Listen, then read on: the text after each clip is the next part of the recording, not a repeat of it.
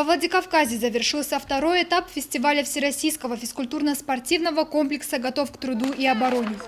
Состязания проходили 2 дня. В них участвовали команды из разных районов республики. Первый день выявили самых метких в стрельбе, быстрых в спринтерском беге на 60 метров.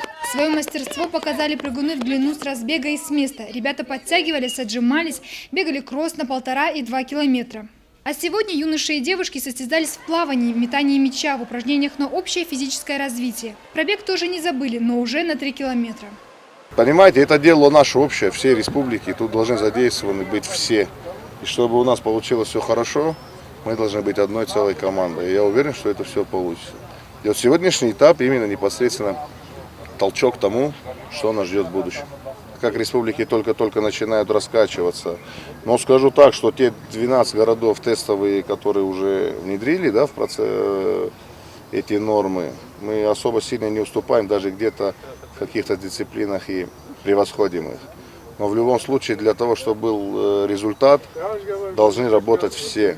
Кириллу Дмитриеву 11 лет. Он готовится к вступительным экзаменам в Суворовское училище. На соревнованиях он лидирует. Его показатели даже превзошли все нормы ГТО. Мечта мальчика – получить золотой значок ГТО. Я прыгнул в длину с места на 2 метра 7 сантиметров.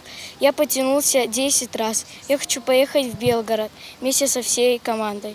По итогам турнира будет сформирована сборная команда Северной Осетии в составе 8 человек. 4 мальчика и 4 девочки примут участие во всероссийском этапе, который пройдет с 23 по 29 августа в Белгороде. В состав нашей команды войдут учащиеся, которые покажут лучшие результаты, соответствующие золотому значку отличия комплекса ГТО. Эти нормы раньше существовали в Советском Союзе. Сейчас идет их активное возрождение для того, чтобы нация воспитывалась в духе здорового образа жизни.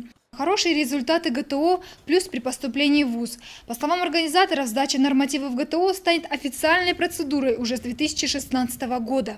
Дзира Сабагаева, Олег Рамонов, Осетия ТВ.